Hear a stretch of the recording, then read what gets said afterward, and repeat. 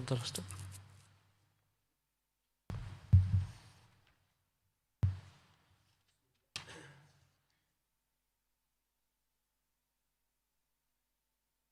Bismillah, alhamdulillah, wassalatu wassalamu ala rasulillah wa ala alihi wa ashabihi wa man walahu ba'du.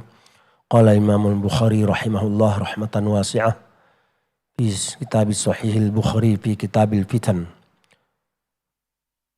Babun an Abi Wa'ilin qala dakhala Abu Musa wa Abu Mas'udin ala Ammarin haitsu ba'athahu Aliyu ila ahli Kufati. Haitsu ba'athahu Aliyun ila ahli Kufati yastanfiruhum faqala ma ra'aynaka ataita amran akraha indana. Wa fi riwayatin faqala Abu Mas'udin ma min ashabika ahadun illa law syi'tu laqultu fihi ghairak wa ma ra'aitu minka syai'an munsu sahibitan nabiyya sallallahu alaihi wasallam a'yaba indi min isra'ika wa fi riwayatin istisra'ika fi hadzal amri munsu aslamta faqala Ammar ma ra'aitu minkuma munsu aslamtuma amron akraha indi min ibta'ikuma an hazal amri wa kasahuma hullatan summa rahu ilal masjidi. Wa fi riwayatin faqala Abu Mas'udin wa kana musiran ya gulamu hati hullatain fa a'ta ihdahuma Aba Musa wal ukhra Ammarun wa qala ruha fihi ilal jum'ati. Bismillahirrahmanirrahim. Alhamdulillahi rabbil alamin. Wa nusalli wa nusallimu ala abdihi wa rasulih Muhammadin wa ala alihi wa ashabihi ajma'in. Amma ba'du. Rabbi shrah li sadri wa yassir li amri wa hlul 'uqdatam min lisani yafqahu qawli. Rabbi zidni ilma warzuqni fahma wa amalan mutaqabbala. Qala al-Bukhari babun an Abi Wa'il qala. Berkata Imam Bukhari bab dari Abu Wa'il, dia berkata dakhala Abu Musa wa Abu Mas'udin ala Ammarin. Abu Musa dan Abu Mas'ud berjumpa dengan Ammar. Haitsu ba'athahu Aliyun ila ahli Kufah. Kala itu Ammar diutus Ali untuk mendatangi penduduk negeri Kufah.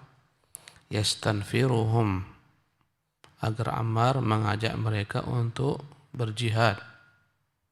Maksudnya memerangi Muawiyah atau pasukan Zubair, Talha dan Aisyah dalam perang Siffin maupun dalam perang Jamal. Faqala, maka kedua orang ini yaitu Abu Mas'ud dan Abu Musa berkata, ma ra'aynaka ataita amran akraha indana.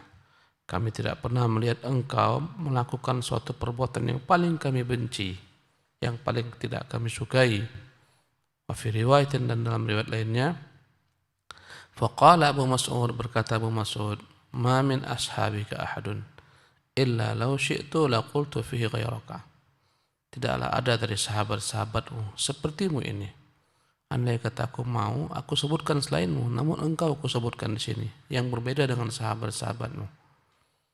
Wa ma ra'aitu minka syai'an mundu sahibta an-nabiyya sallallahu alaihi wasallam a'yaba. Tak pernah kulihat sedikit pun daripadamu perkara yang tak kusukai semenjak engkau bersama Nabi sallallahu alaihi wasallam. Perkara yang paling kucela adalah min isra'ika wa fi riwayatin istisra'ika fi hadza amri.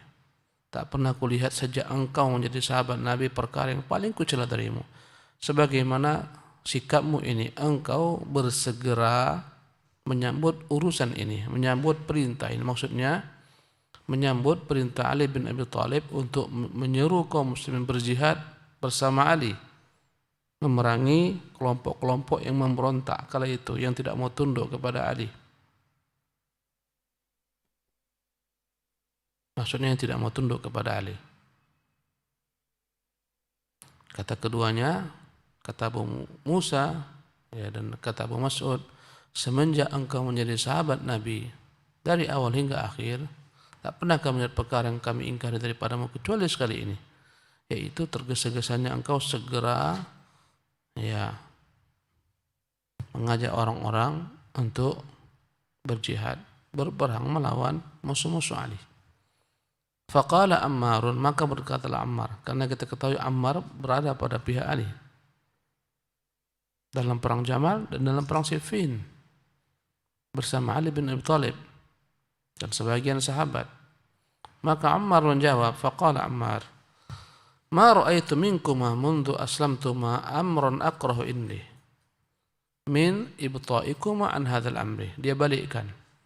Kata Ammar, sejak kalian berdua bersahabat dengan Nabi SAW, sejak saat itu sampai saat ini tak pernah kulihat ada perkara yang tak kusukai daripada kalian berdua, kecuali kalian berlambat-lambat tidak mau mengikuti seruan ini. Dia balik. Mengapa kalian tak ikut kepada seruan Ali? Ya, ini menunjukkan para sahabat itu berbeda ijtihadnya dalam peperangan Jamal Siffin. Menunjukkan para sahabat berbeda ijtihadnya. Ammar menganggap bahwasanya pihak yang menyelisih Ali, mereka al-fi'atul baghiyah, kelompok yang enggan menuruti penguasa, berpegang dengan firman Allah SWT, faqatilul lati tabghi. Jika yang satu tak mau tunduk, perangi yang tak mau tunduk, hatta tafi'a ila amrillah. Ini yang dipegang Ammar sebagai dalil. Ya, kata Allah Jalla wa'ala, ya, in ta'ifatani minal mu'minin qatalu fa aslihu bainahuma. Ya, apabila ada dua kubu daripada kaum mukmin berperang, damaikan. Kemudian pada ayat selanjutnya, fa in baghat ihdahuma 'ala al-ukhra, jika yang satu tak mau islah, tak mau tunduk kepada yang satu lainnya, kepada yang sah, faqatilul lati tabghi, perangi yang tak mau tunduk, hatta tafi'a ila amrillah, sampai dia mau kembali kepada perintah Allah, yaitu tunduk kepada penguasa. Ini yang dipegang oleh Ammar, sehingga dia gencar mengajak orang-orang untuk berperang bersama Ali. Adapun yang dipegang oleh Abu Musa al-Asy'ari, yang dipegang oleh Abu Mas'ud, hadis-hadis tentang larangan fitnah antara sesama kaum muslimin, larangan berperang dalam masa fitnah antara sesama kaum muslimin. Ya, ada hadis yang kita baca, perintah untuk menyarungkan pedang. Bahkan jika mereka masuk ke dalam rumah pun jangan engkau menjadi orang yang membunuh. Lebih baik engkau menjadi orang terbunuh. Dan hadis-hadis semacam ini. Hadis-hadis perintah untuk menjauhi fitnah. Kata Nabi, salah seorang kalian akan datang masanya, lebih baik baginya mengembalakan kambing-kambingnya di lereng-lereng bukit, di oase-oase, daripada harus ikut dalam fitnah. Menjauh daripada fitnah. Ya, ini hadis-hadis ancaman terhadap orang yang ikut dalam fitnah peperangan antara orang-orang Islam. Abu Musa berpatokan dengan hadis-hadis semacam ini. Abu Musa, ya, kemudian juga Abu Mas'ud, Abu Bakrah, dan lain-lainnya, nanti juga Usamah, mereka lebih condong ya menganggap ini perkara fitnah antara kaum muslimin. Lebih baik menyarungkan pedang, lebih baik tidak ikut dalam fitnah tersebut. Karena itulah mereka menjauh. Karena itulah mereka menyingkir. Maka ketika berkumpul tiga orang sahabat ini, Abu Musa dan Abu Mas'ud memiliki pendapat yang sama. Ini peperangan fitnah. Haruslah dihindari, dijauhi. Tapi sebaliknya, siapa? Ammar menganggap ini tidak fitnah, peperangan fitnah. Ini peperangan antara yang membangkang dengan ketentuan penguasa dan penguasa sendiri. Maka berbedalah antara para sahabat. Ini menunjukkan para sahabat itu berbeda ijtihadnya dalam sebagian perkara-perkara Islam. Ya, dan kita mengetahui dalam hadis Nabi SAW, setiap orang yang berijtihad dan dia memang ahli berijtihad akan mendapatkan ganjaran pahala 2 jika ijtihadnya benar, dan akan mendapatkan ganjaran pahala 1 jika ijtihadnya salah. Maka mereka tak lepas daripada 1 atau 2 bagian pahala. Kalau benar 2, kalau salah 1. Maka berkata Ammar menjawab, semenjak kalian berdua menjadi sahabat Nabi hingga kini tak pernah ada perkara yang tak aku suka dari kalian kecuali kalian kala ini berlambat-lambat tak sudi ikut apa yang kukatakan bersama Ali memerangi pihak-pihak yang membangkang. Ya, tak ada kesepakatan antara mereka. Namun walaupun tak ada kesepakatan, mereka berselisih, mereka tetap sahabat dan tetap bersahabat. Tak boleh gara-gara beda ijtihad harus terjadi peperangan pula, pertumpahan darah, kebencian, tidak. Dikatakan dalam pembahasan ini wa kasahuma hullatan. Ya, kala itu Abu Mas'ud yang paling hidupnya mudah kala itu dan dalam kondisi mukim, sementara Ammar dalam keadaan musafir jalan. Ya, padanya pakaian musafir dan pakaian perang sementara hari-hari Jumat. Ya, Abu Musa ingin memberikan Ammar saja tak enak, di sana ada Abu Musa, maka ketika itu dia panggil budaknya, dia suruh budaknya untuk memberikan pakaian agar Ammar mengganti pakaiannya untuk sholat Jumat. Karena Ammar berpakaian perang atau pakaian safar yang tidak baik dilihat ketika dia pergi dengan pakaian tersebut sholat Jumat. Maka Abu Talha memanggil budaknya untuk memberikan, bukan Abu Talha, Abu Mas'ud memanggil budaknya untuk memberikan keduanya pakaian. Wa kasahuma, maka dia maksudnya Abu Mas'ud memberikan kepada keduanya hullatan, pakaian satu-satu pakaian untuk dikenakan sholat Jumat. Thumma rahu ilal masjid, kemudian mereka pun berangkat ke masjid. Walaupun berbeda ijtihad tapi tetap mereka bersahabat. Wa fi riwayatin, dan dalam riwayat lainnya, faqala Abu Mas'udin, berkatalah Abu Mas'ud, wa kana musiran, dan dia kala itu hidupnya lebih lapang dibandingkan sahabat-sahabatnya lain, atau mungkin dia yang sebagai tuan rumah, sahabat-sahabatnya bukan. Ya gulamu, wahai budak, maksudnya pembantunya, hati hullatain, bawakan kemari dua pakaian. Fa'a'ta ihdahuma Abu Musa, maka Abu Mas'ud memberikan satu kepada Abu Musa, wal ukhra Ammar, yang lainnya kepada Ammar. Wa qala, kemudian berkatalah dia kepada keduanya, ruha fihi ilal jum'ah, berangkatlah kalian dengan kedua pakaian tersebut, masing-masing pakaian tersebut menuju salat Jumat. Ya, inilah perselisihan antara sahabat dalam menyikapi peperangan Ali dengan orang-orang yang menyelisihinya. Dan Ammar terbunuh pada perang Siffin. Ya. Abu Musa menjauhi fitnah, Abu Mas'ud pun demikian. Dan dari sahabat yang terbunuh dalam perang Jamal, Talha Az-Zubair bin Awam. Naam. Babu idza anzalallahu biqaumin azaban. An Ibnu Umar radhiyallahu anhuma qala Rasulullah sallallahu alaihi wasallam idza anzalallahu biqaumin azaban asaba al-azabu man kana fihim thumma bu'ithu ala a'malihim. Babun idza anzalallahu biqaumin azaban. Bab jika Allah ingin menumpahkan azabnya kepada satu kaum. Ya, bahwasanya Allah akan timpakan azab kepada mereka secara keseluruhan. An Ibnu Umar radhiyallahu anhu maqala, dari Ibnu Umar semoga Allah meridhai keduanya, dia berkata, qala Rasulullah sallallahu alaihi wasallam, bersabda Rasulullah sallallahu alaihi wasallam, idza anzalallahu biqaumin azaban, apabila Allah ingin menimpakan azab kepada satu kaum, asabal azabu man kana fihim, maka azab akan datang menimpa semua orang yang terdapat pada kaum tersebut. Ya, semuanya kena azab. Yang terdapat atau yang berada di antara kaum tersebut, semuanya kena azab. Walaupun dia anak kecil, walaupun dia wanita, walaupun dia orang tua, walaupun dia tak berdosa, tak bersalah, tak tahu apa-apa, semuanya kena azab. Tsumma bu'itsu ala a'malihim. Namun nanti ketika hari kiamat mereka dibangkitkan berbeda-beda. Meski semuanya ditimpa azab yang sama, tapi kebangkitan mereka berbeda-beda. dibangkitkan di hari kiamat masing-masing dengan amalnya masing-masing, sesuai amalannya. Yang saleh diberikan Allah balasan, yang taat diberikan Allah balasan. Yang menjadi penyebab fitnah sehingga datangnya azab, pelaku dosa-dosa besar, pelaku maksiat, ya, dibangkitkan dalam keadaan Allah murka kepadanya, mengazabnya jika Allah berkehendak. Meskipun matinya sama, tapi tak sama nanti nilainya di hari akhirat.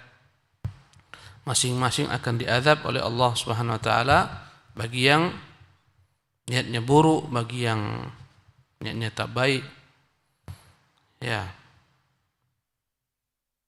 Bagaimana dikatakan oleh Nabi dalam hadis Zainab ketika ditanya, "Ya Rasulullah, anuhlaku wa fina salihun?" Apakah kami akan dibinasakan jika masih ada di antara kami orang-orang saleh? Kata Nabi, "Na'am, ya, idza kathural khabath." Jika banyak sekali yang kotor, banyak yang didominasi oleh ahlul maksiat, ya, azab bisa saja datang. Meskipun di sana masih ada orang-orang saleh. Hadis Zainab bintu Jahshin ini menunjukkan jika Allah berkehendak akan menimpakan azab kepada satu kaum yang bermaksiat kepada Allah Jalla wa'ala, maka semuanya terkena. Bagaimana firman Allah Subhanahu wa taala, "Wattaqu fitnatan la tusibanna alladziina zalamu minkum khassatan." Takutlah akan adanya fitnah, bala, bencana, petaka, musibah yang tidak hanya menimpa orang-orang zalim saja, yang tak zalim pun kena. Ya.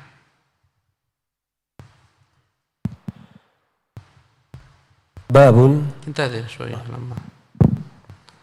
Ya. Disebutkan dalam hadis Ibnu Umar, ya, dan juga disebutkan dalam hadis Ibunda Aisyah tentang kisah sebagian orang yang mereka berbondong-bondong keluar di hari kiamat ingin menyerang Ka'bah. Ya, di masa Imam Mahdi alaihissalam ketika keluar. Ajaban al-ajabu anna nasan min ummati, kata Nabi, adalah hal yang paling menakjubkan daripada umatku ini. Ya ummuna hadzal baita, ketika mereka berbondong-bondong keluar untuk menyerang Ka'bah. Hatta idza kanu bil baida, ini tanda-tanda hari kiamat belum terjadi.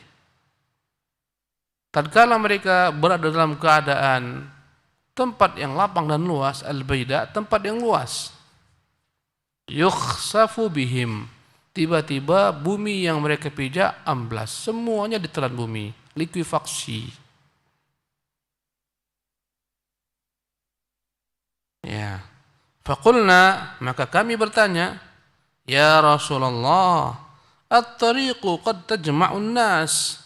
Bagaimana dengan orang-orang yang dia sedang berjalan di sana, berketepatan dalam keadaan berjalan, mungkin tujuannya musafir dan semacamnya, tapi tempatnya berada pada tempat yang sama. Bagaimana mereka nasibnya kelak? Mengapa mereka juga masuk di telan bumi? Qala, "Na'am." Kata Nabi, "Ya fihim al-mustabsir." Ya, di antara mereka ada yang memang sengaja berjalan untuk memerangi Ka'bah, wal majbur, ada yang dipaksa keluar harus ikut. Wa bunus sabil, mungkin di sana ada para pejalan yang tak tahu apa-apa. Ya, bertepatan dalam keadaan itu dia ada di jalan itu. Para musafir. Yahlikuna mahlakan wahidan, semuanya binasa. Dalam satu tempat, semuanya ditelan bumi. Wa duruna masadira syatta, namun nanti mereka dibangkitkan dengan keadaan yang berbeda-beda.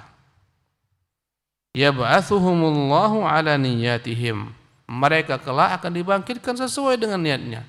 Yang niatnya sedang berjalan safar maka tidak akan diazab, yang dipaksa harus keluar tidak akan diazab. Ya. Orang-orang yang bertepatan ada di sana tidak diazab. Hadis diriwayatkan oleh Imam Muslim. Inilah musibahnya, ya maksiat ketika merajalela, maka Allah akan timpakan kepada satu umat. Maka tak usah heran kalau datang musibah semua kena. Anak-anak, ya bencana alam yang Allah datangkan, atau bencana kena sebab manusia, kena semua. Peperangan dengan sebab manusia.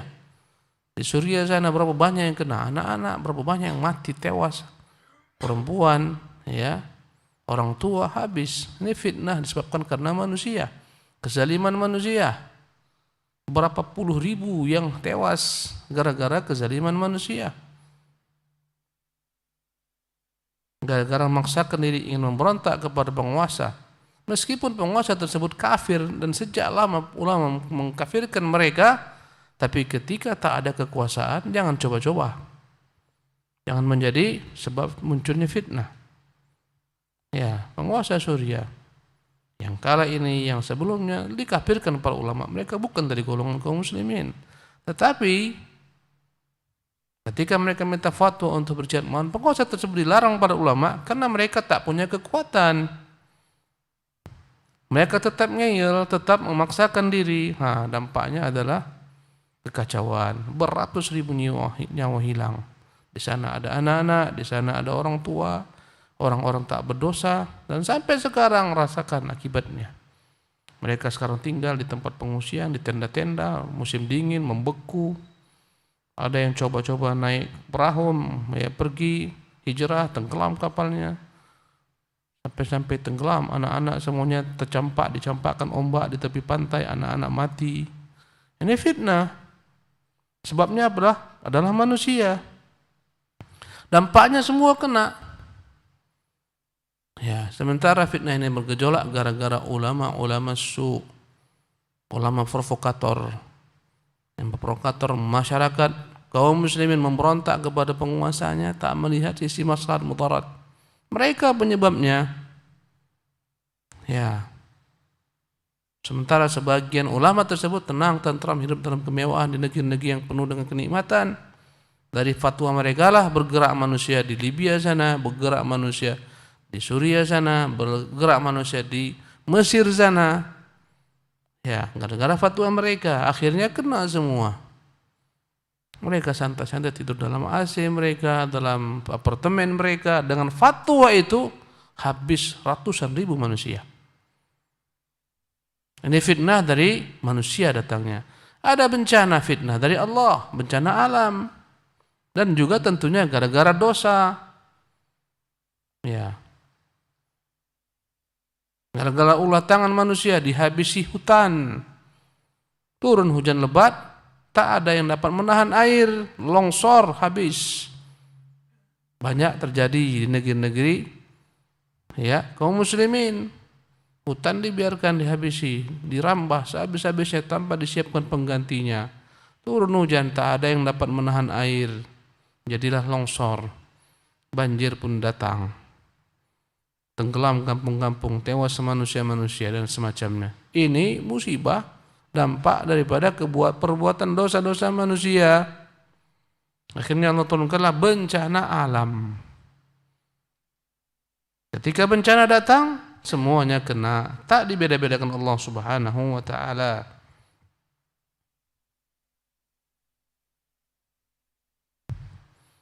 Ya, dan kita melihat fitnah Khawarij, fitnah ISIS. Berapa banyak yang habis gara-gara ISIS. Ini fitnah manusia sebabnya. Banyak negeri-negeri yang habis gara-gara ISIS. Bahkan sampai sekarang mereka punya pengikut-pengikut, mereka punya ya kader-kader di setiap negeri-negeri, bahkan di negeri kaum muslimin. Anak-anak muda cuci otaknya menjadi bagian daripada mereka. Ansarud Daulah katanya, Jama'atu Ansarud Daulah, ya, pembela daulah. Daulah apa yang mereka bangun? Daulah kehancuran, daulah kerusakan. Ya, sebab mereka ini fitnah. Sebagian fitnah di negeri ini pun daripada mereka datangnya. Bahkan terfitnah kaum muslimin, dipersulit masuk di negeri-negeri manapun gara-gara mereka. Ya. Sehingga dicurigai kaum muslimin yang baik, yang taat, yang berhijab, perempuannya bercadar, Laki-lakinya berjenggot, semua tak lepas daripada pantauan, kecurigaan. Inilah fitnah. Gara-gara segelintir orang, semuanya kena. Tak boleh masuk sebagian negeri. Kata Allah, wattaqu fitnatan la tusibanna alladziina zalamu minkum khassah. Takutlah fitnah yang tidak hanya menimpa orang-orang zalim saja. Dan sebagian fitnah itu muncul disebabkan karena diamnya orang-orang saleh. Mereka tak mengingkari, mereka biarkan, habislah semuanya. Wa ma kunna mu'adzibal qura wa ahluha muslihun. Kata Allah, kami tidak akan mengadab satu negeri selama memang penduduk negeri tersebut penghuninya muslihun, senantiasa memperbaiki manusia. Ada amar ma'ruf, ada nahi mungkar. Ketika amar ma'ruf tak ada, nahi mungkar tak ada, kena semuanya walaupun ada orang-orang saleh. Itulah yang kata Nabi, na'am ya. Anuhlaku fina salihun, apakah akan kami dibinasakan di antara kami ada orang saleh? Kata Nabi, ya. Semuanya akan kena. Kayak idza kathura khabath, ketika dominasinya adalah keburukan. Dan orang-orang saleh ini saleh untuk dirinya saja, tidak muslih. Mereka tidak memperbaiki orang. Ya, mereka diam. Mereka tidak menegakkan sendi-sendi amar ma'ruf nahi mungkar. Dampaknya kerusakan merajalela. Tak guna kesolehan mereka untuk diri sendiri kalau mereka tidak berusaha untuk membina manusia saleh seperti mereka, tidak berdakwah. Naam, tafadhal Syekh.